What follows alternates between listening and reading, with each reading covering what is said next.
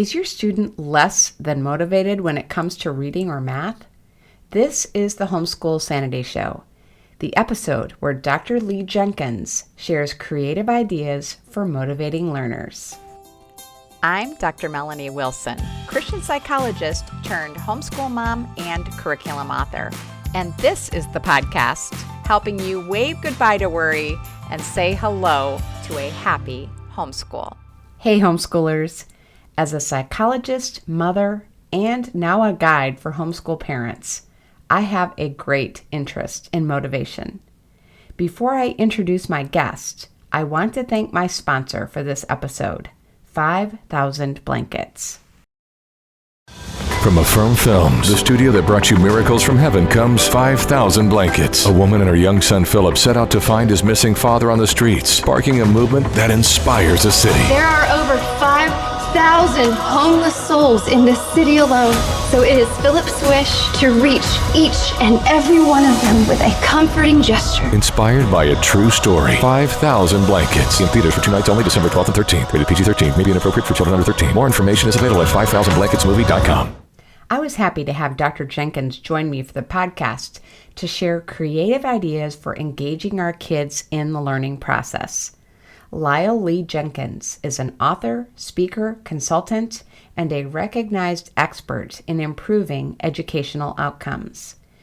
The author of How to Create a Perfect School, All About Henry, his newest release, How to Create a Perfect Homeschool, and 15 other books, Lee has spent the last 50 years learning from world-class experts while working as a teacher, principal, school superintendent, and university professor. Lee's speaking career has taken him across the U.S., Latin America, Europe, and Asia, and he has taught online courses to educators from more than 25 countries.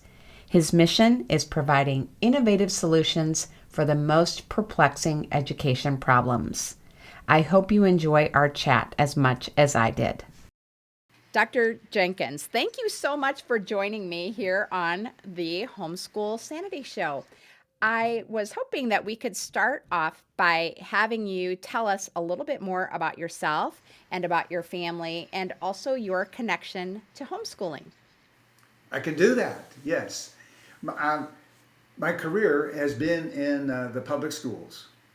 And if I were to give you a typical resume of different positions held, it would mean nothing to you.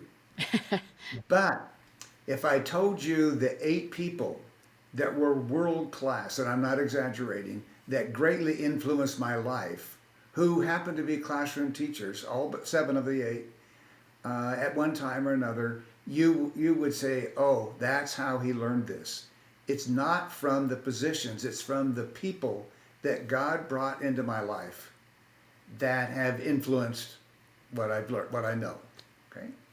Yeah. So and so it's really a relationship bio is what would be meaningful. My connection to homeschool is rather recent because Kelly Lippert, that I've worked with for the last year and a half, her husband's on the staff at my church. And they lived about 40 minutes from the church and got a home within a minute of the church a year and a half ago. And I found that she had 3 children and was homeschooling them. And so we started working together. And I have been hours there at their home and on the phone and talking and people say, because Kelly did teach elementary school for several years, and they say, oh, it's going to be easier for her. No, it's harder. She had so much to unlearn. And unlearning, we know, is much harder than learning. So we have had just a great time. We're teaching a class together at our church during the second service for homeschool families. And after I finish sharing some details, all the attention turns to her to say, okay, how did this go, Kelly? Okay, and they want her details. So we have a great deal of intense involvement, but not for a long period of time. But these 8 people that influenced life so much, what they taught me is involved in her homeschool. It's all there. All right. Well, that's wonderful. Well, I know that because of your exposure to homeschoolers, I am wondering what you have picked up as being the biggest need of the homeschoolers that you have met, and how do you hope to meet that need? Okay. The biggest need, and this comes from Kelly, talking to other homeschool parents, they want confidence that they can do the job without having to buy a packaged program and use it. So if you look at the problems that have been in the school systems for years, not just the recent ones, but for years, is that systems buy a packaged program, and then at the worst schools, they inspect the teachers to make sure they're on the right page on the right day, and they're not free to teach. But then the homeschool moms that are teaching this, they have that same fear that they're not going to do it right, so they go on and buy one of these programs. It's the same as what the schools are using with a new cover on it. Mm-hmm. And so they need confidence that they don't need to do that. Mm-hmm. So then what do I offer?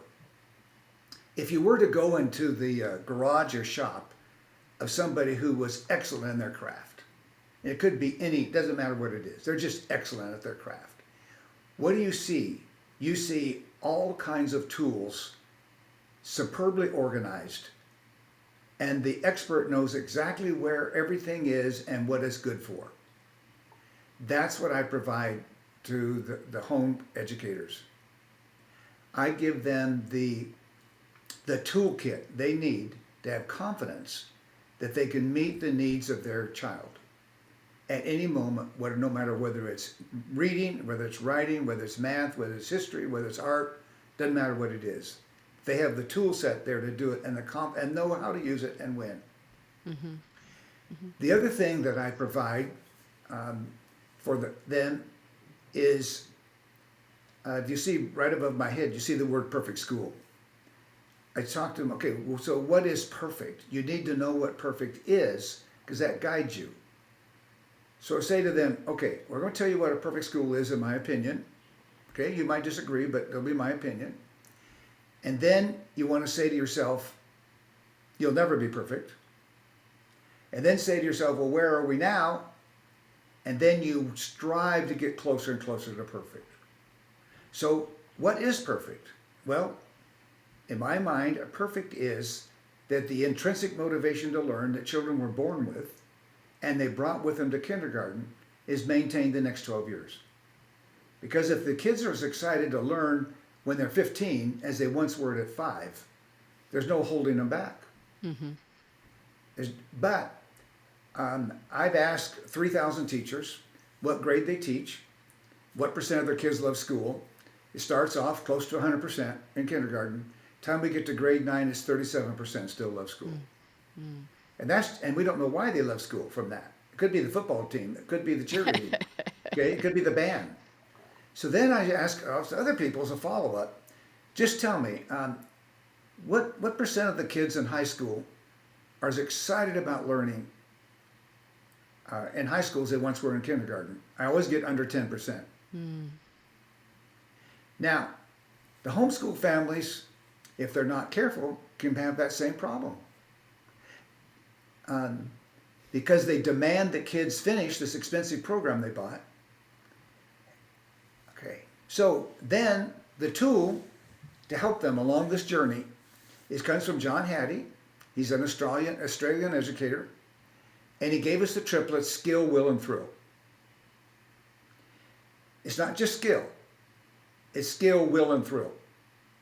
So obviously, we want them to know the skill. I mean, there's no doubt about that. That's what we want. But we have to protect the will to work hard, and the thrill has to come from learning. So if we protect the will and thrill, the skill will come higher than we ever expected, and we will move closer and closer to perfect, even though we have some bad days from time to time. So that's what I offer the parents, is the skill, will, and thrill. That's your mantra. That's what's always in your mind. Am I doing things that keep the will and thrill alive so that the skill can be, when we launch them off to college or other things, it's this, they have the skill they want because I protected the will and the thrill. Excellent. Well, I totally enthusiastically support what you're talking about. And in fact, I have talked about those things using different words, but Of course. I just think that's excellent. Okay, so I know, because I am asked about this a lot, I have created my own language arts curriculum called Grammar Galaxy for students who are already reading. But I have many parents whose children are not yet reading fluently. And so I know that that is a big concern, and understandably so, for parents. Do you have suggestions for these parents whose children are not yet where they need to be with reading? I have a lot of suggestions. Okay. The most important reading skill for kids is to know that they can make a go of reading. Because once the kids start saying to their parents, "Oh, I can't read, I don't know how to read," it's a struggle. So we want them to always know they can make a go of reading. And so I would say that starts age 2 and 3. And how does it start? It starts with taking dictation. Children draw all the time. They're drawing something. And we want to be the ones who hoard paper that's printed on one side and it's blank on the back side, and we just got stacks of this. And they draw. And when they finish their drawing, what do? We take another sheet of paper and attach it to their drawing and say, "Tell me about your picture." Because the first thing they need to learn about reading is that the words they speak, they can read with their eyes. And mom or dad, or an older brother or sister, take the dictation and write it down, and then they read it back, so that they know that the words on the paper are the same as the words they speak. That's the first thing, okay? Then, of course, it's impossible to pour too much language in their heads. We know that from reading to them and reading to them. So then, when it comes to the reading fluency, they need books. They need whole book success. Okay, worksheets won't do it. Now, that doesn't mean you never want worksheets. I'm not saying that. I'm saying that to build the confidence that they can read, they need to read whole books cover to cover. Bill Martin Jr., who wrote Brown Bear, and Chicka Chicka Boom Boom, was a close friend of mine. And he gave me the word, whole book success. It's like the Germans do. They take all these syllables and put them together in a giant word with 25 letters. So he made it into one word, whole book success, because it's one thing, isn't it? Okay? And that's what they need, is to read the whole book. So you look for books that are patterned. Mercer Mayer, Just for You, Just for Me and My Grandma, just, all kinds of them. Okay? If you look over my right shoulder, you'll see my attempt at it. And it's based on what Bill Martin did. And it's taking Bible stories and Aesop fables and making them into early readers that they can read the whole book cover to cover. So how does that work? They read it, they listen to the parents read it 2, 3, 4, 5 times, depends on the complexity of the story, and they can read it back. And you want them to read with the normal speed. I would suggest that parents read a book at about 20 to 30 words a minute for a kid. Brown bear, what do you see? And don't just do it once. And the kids will complain. They'll say, "Why are you doing it like that?" Well, because the brain is made, the way God created us, we have to have language coming at a certain speed to comprehend it. If it's too slow, we don't get it. So with whole book success, you have them practice that book until they can read it at a normal speed with intonation and voice going up and down, collapsing sentences to go together like it came on once upon a time. It's like you collapse it. And so it sounds more like an adult is reading it. Don't let them ever get away with the what I call barking at the print. They're not really reading it. Okay? So it's those pattern books that build that. Mm-hmm. Then, so I've mentioned two things. I mentioned that we have books written by adults and illustrated by adults that are patterned. The other thing I mentioned is we have the art from a child and the language from a child. It's dictation at first. The adults write it down, but it's still something they can read, because we're going back to that main thing, how to make a go of reading. So they can read it after you've read it several times back to them because they dictated it. Okay. Then there is the time when we want the art by an adult and the language by a child. So how do you do that? Go to the library and get wordless books. There's a number of them. And on the wordless books, you either copy it and so you have space at the bottom of the page, or you put Post-it notes on the pages, and you take dictation from the children, and they tell you the words of the book. There is a new one coming out from one of my illustrators in December 1, and it will when we talk later about my website and stuff, you can see it, but it's exactly that purpose. The space is left at the bottom to write the dictation or to type it in, and to put a label on there. But nevertheless, it is adult art and child language. So they have a better chance of reading it because they dictated it. I'm calling that wordless books for young authors. Okay? Then there's the opposite. The opposite is adult language and child art. You with me on that? Okay, so It's kind of a 2x2 matrix, because the two things on a piece of paper are either done by an adult or they're done by a child. And we have 4 choices. So when you take adult language and child art, take the words to a song that the children like to sing. And every family's got that, particularly the home educated kids. They've got that. They've got the songs that they like to hear and sing. You type the words of that song with 1 line per page. And you staple it together into a booklet. And you say, I've got a booklet for you, but there's no art. So, kid, that's your job. You're going to do the art for me. So what do? They know the first line, so they illustrate it. Then they turn to page 2, and they can't read it. So what do? They go back to the beginning with the words of the song they know, get the momentum going, and they turn to page 2 and they know what it is. So they illustrate it. Then they come to page 3. They can't read it. So they go back to the beginning, start over, and get the momentum going. They know what page 3 says, and they illustrate it. So now you've got a book that children can read because they illustrated it, they know the song, and they can read it. So I had an experience with my homeschool family. I got a call from Kelly. And she said, my kindergarten son said, it was one of the books that are over my right shoulder. Okay. And one of those books. It's called The Thirsty Crow. And she said, I can't convince Silas that he can read it. He told me he memorized it. So I said, okay, I'll be over. So within, an hour or so, because we're a mile apart. So I went over. I said, okay, Silas, I want you to read The Thirsty Crow to me. So he had the book in his hand.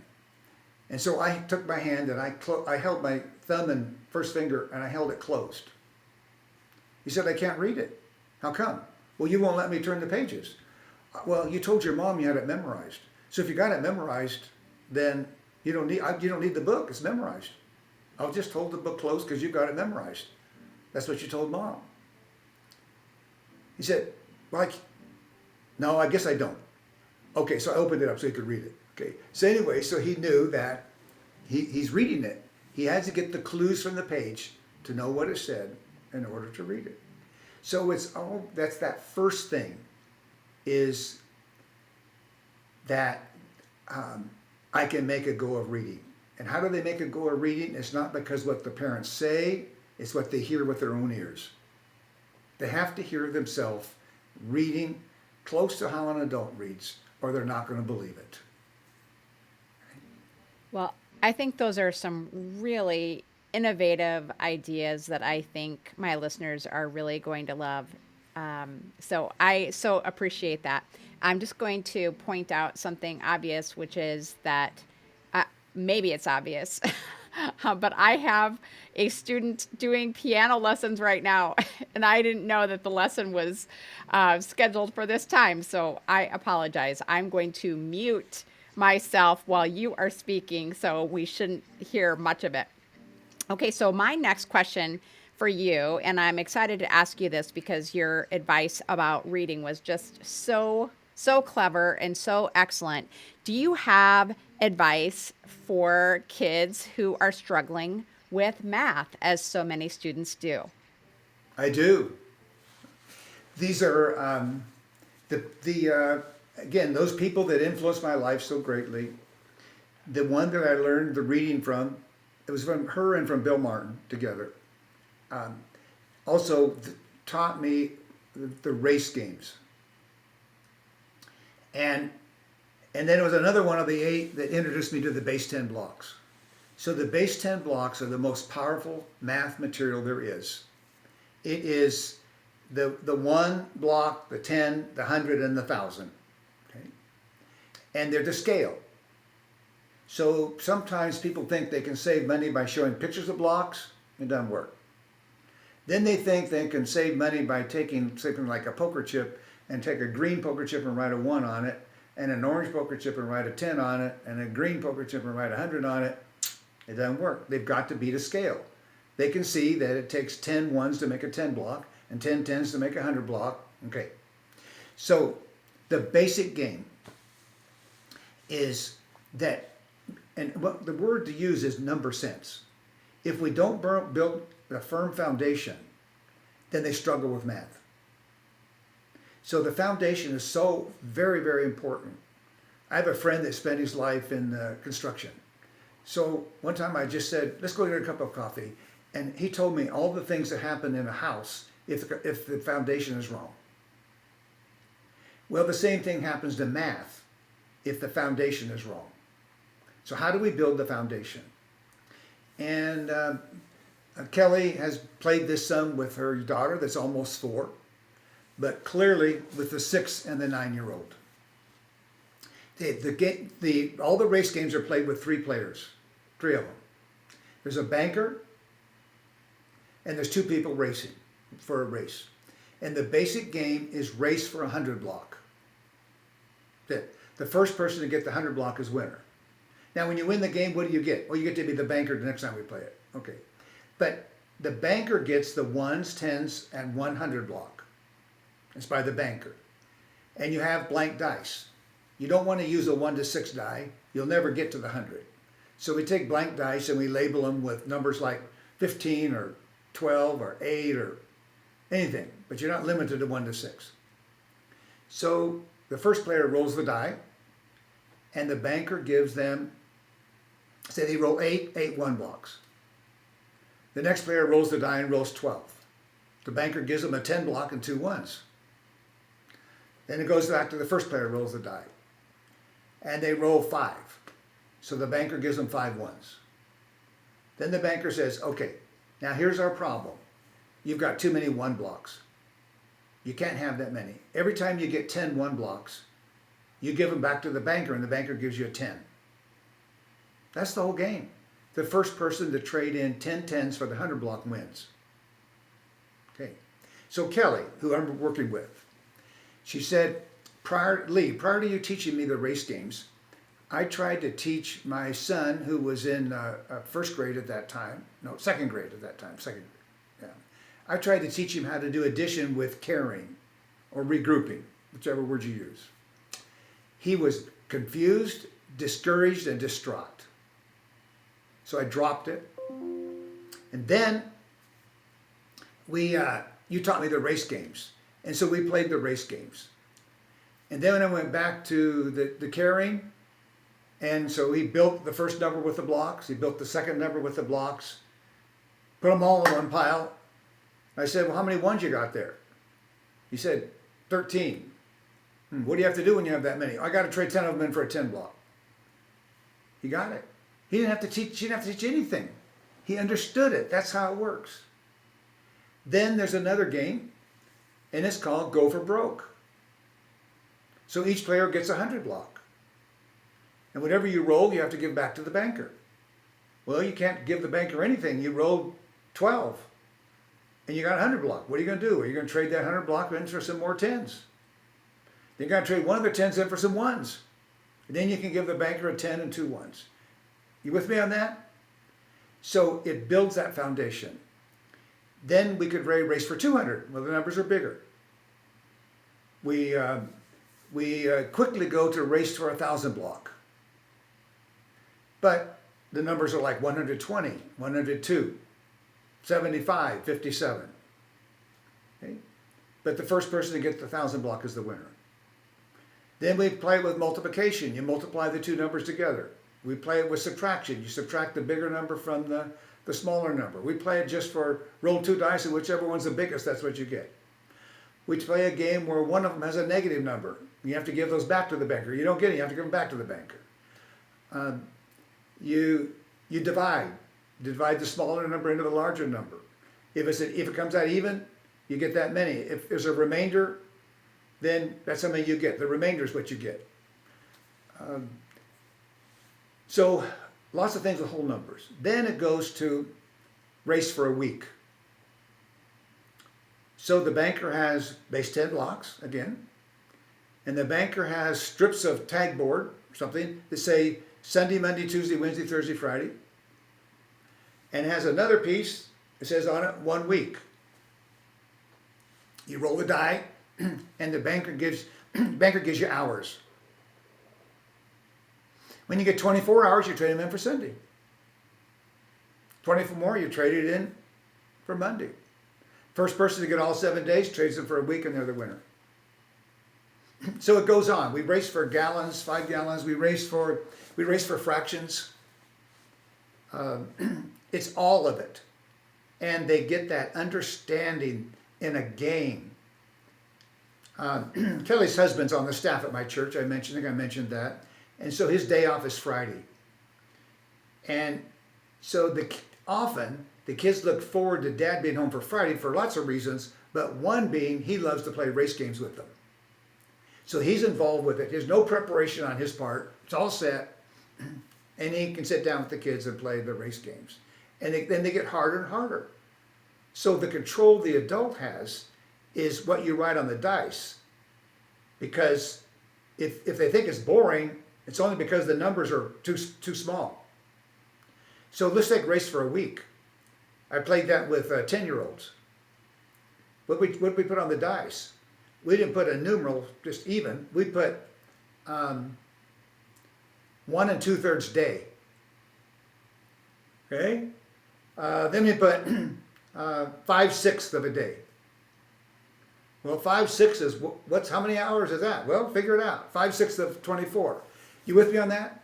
So you make it harder and harder. We play Race for $1 Million with Play Money. So that's the foundation. Once we have the foundation, then we're ready to go into all of the mathematics, and they will learn it far faster than they would have learned trying to just teach the rules. I love John Maxwell's writing, and one of his my favorite quotations is the longest distance between 2 points is a shortcut. And much of what we do in math is a shortcut. People figured this out centuries ago. So we teach them what they struggled with, and then we teach them the shortcut, and the kids don't get it. So it takes forever. So they're struggling with math because they lack the foundation. Then there's more than that, obviously, but that's the problem. almost always, that the foundation's not there. Well, I completely agree. And I've had a discussion with parents too about the importance of memorizing math facts in addition to understanding the basics of Yes. math. As you're saying, what is the base for these different forms of measurement? You absolutely have to understand that, but you cannot do higher math if you have to think for 30 seconds what 5 times 6 is. Yes. It just will not work, right? Yeah. So I also was working with a homeschool family on fluency. And we have quizzes that they take, but they're different than the normal quizzes. But what's really different is they graph the total correct. So let's take third grade. There's 30 problems there: add, subtract, multiply.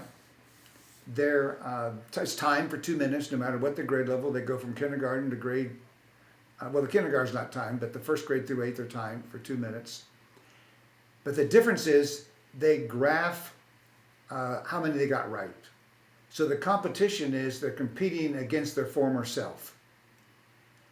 In the book you see behind you, says How to Create a Perfect School. It's for classrooms. It's not homeschool, it's for classrooms. And there's a chapter entitled, If You Behave After Lunch, You Can Have Another Quiz. Well, the teacher, 5th grade, she knew that they were going to behave after lunch. It was a smart mouth way of saying yes. What were they asking for? They were asking for another fluency quiz. So when have you ever heard kids ask for another fluency quiz? Well, the psychology is different with what we've done because they're just trying to do better and better and better than they've done before. Now, Kelly, that I've talked about, she read that book before we started working together. And she knew that chapter was there. But it didn't mean anything to her. Until her son said, my favorite part of homeschool is taking quizzes and graphing. Can you imagine that? That's his favorite thing. That is common in my background, whether it's classrooms or home. That's their favorite thing. And because they're trying to do better than ever before. Now, it was hard in the beginning for them to realize, okay, there's 30 questions on this timed quiz. You're supposed to know all 30 by the end of the school year, not now. So if you get 5 right, and we just started the year, I'm proud of you. And next year you get 6. It's an all-time best. It takes them a while to realize the idea isn't to get 100%. The idea is to do better than you've ever done before. And then, in the homeschool family, there's the first grader and the third grader both have 4 quizzes a week. The third grader has math fluency, math standards, the states, knowing where the states are, and I'm sure I can't recall the 4th one right now. I know that he used to have adult sight words, but the first grader has adult sight words. And so with that, there's a big bucket of words, and you pull out 10 at random, and you say, find the ones you can read and read them to me. And they graph how many they got. You put all those back in the bucket. Next week, pull out 10 at random, find the ones you can read and read them to me. And he got his first 10, all 10 out of 10, just recently, having done this all through the school year as it started. So, and then in a school, there's a graph for the whole class. So the only thing that goes on the wall is the total for the whole class. We don't put anything on the wall to compare kid to kid, which is why so many kids don't like the math fluency, because they can see that they're a loser, or at least they're not winning. Okay? So we don't ever do that in the classrooms where I work, but the total, we add it up. So what do you do in the homeschool? We call it a family run chart. And so the total from the 4 of one boy and the 4 of the other boy are put together into graphs, the total correct on all 8 quizzes. And that is a joy for them when the family does better than ever before. So that's a long answer. Well, I like, Yeah. fluency is crucial. I don't know, it's not a foundation, but it's a key to future success also. Oh, for sure. For sure. You cannot do advanced mathematics if you don't know your math facts. Absolutely.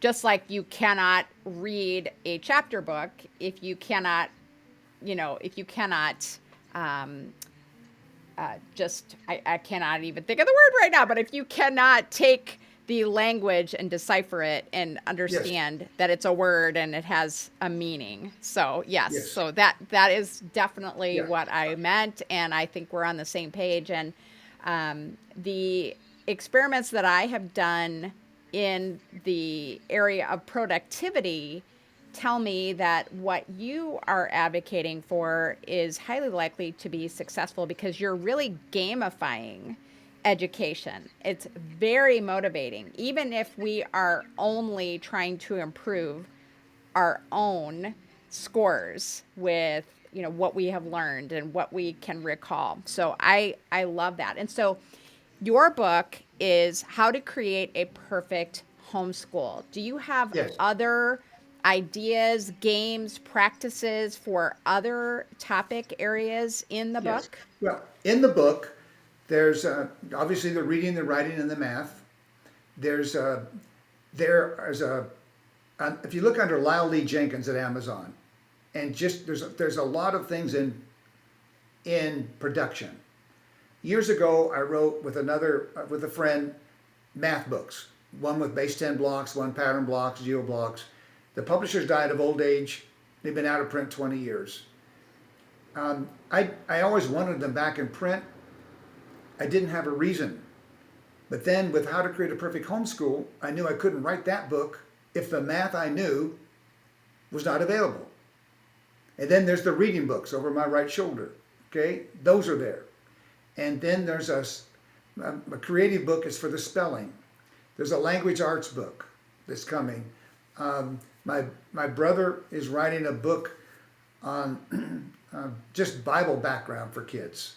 120 events with a page per event. My favorite is he's wrote three things per event. So Tower of Babel, he wrote me a text. Lee, how do you write 3 things about Tower of Babel? Well, then he wrote it. He said, people make decisions. People can leave God out of the decision. It doesn't work out so well. Okay, so actually the market for that is homeschool, and then Bible teachers in the Christian schools is the home. So there are lots of resources. It's going to be about 50, including the quizzes that I mentioned, the children's books, the wordless books, the math books, all to support how to create a perfect homeschool. There's a book, the last chapter is the Bible, and we use the reference in John where Jesus said, you are the branches, I'm the vine. So the introduction to chapter 16 says, we spent 15 chapters having you build the best branches possible. Now, chapter 16 is for you to connect the branches you've developed to the vine. And so it's the climax. If you, I don't know if you can see on the Perfect School behind my shoulder, Jack Canfield, who did the Chicken Soup for the Soul books, wrote the foreword as a former English teacher. And the How to Create a Perfect Homeschool, the foreword's by his partner, Mark Victor Hansen, who's a strong advocate for home education. And so that's the foreword there. He did a great job. I received today the interior to proofread. It's all been set like a book. So it will be available December 1. But yeah, my purpose is to give people ideas they can use now. The book will reinforce it. But when you ask Melanie about that, there's a chapter on history, there's a chapter on the arts, there's a chapter on science. We try to take it all and put it in there. Well, that's excellent. And I will definitely include a link to the book on Amazon. Is it going to be available anywhere else? It will be in Barnes and Noble, and Walmart. So it's because the book goes on Amazon for retail, it goes to Ingram for wholesale. And so any of these people who sell books buy it from Ingram wholesale to sell it retail. So yeah, it'll be available in all those locations. Okay, wonderful. Is there another easy way for my listeners to connect with you if they have any questions for you? Yes, they can. And my email address is 4 letters. Okay. LTOJ. LTOJ. Yes, lee@ltoj.net. It's because my work is called L to J. I don't need to explain why that. It's not. It happens to be my initials, yes, but that's not the. It's the graph behind it, and I don't need to explain that. But it's lee@ltoj.net, and I would love to hear from people, and we'll respond. It's enjoyable for me. Sure. So yes, and they can ask questions, details. You know, if the question's detailed and it takes too much time to answer it, I might just take a chapter from the book and copy that chapter and send it to them, so they get the answer that they're looking for without me trying to write it all over again. Right. Yeah.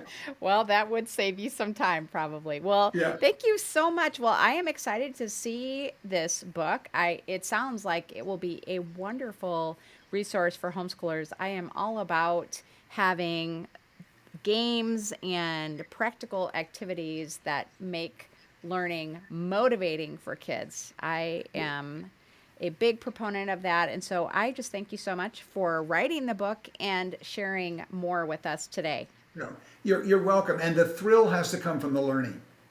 You know, when homeschool's at its worst, then it's do these boring work pages from Monday, Tuesday, Wednesday, and Thursday, and Friday we get to go to the zoo. No, just what you said, Melanie. I agree with you completely. The thrill has to come from the learning. Yeah. Absolutely. Absolutely. Well, thank you so much. Well, you're welcome. You've got you're all set up here nicely. It's been wonderful to be with you and your audience, and you've got a lot of followers, I know, so been great. Best to you.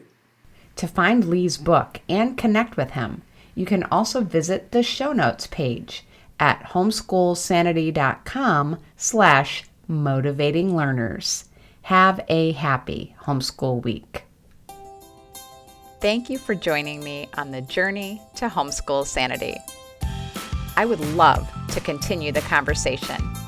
You can find me on social media at Homeschool Sanity.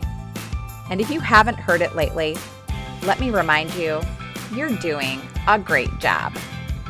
This has been a production of the Ultimate Homeschool Radio Network.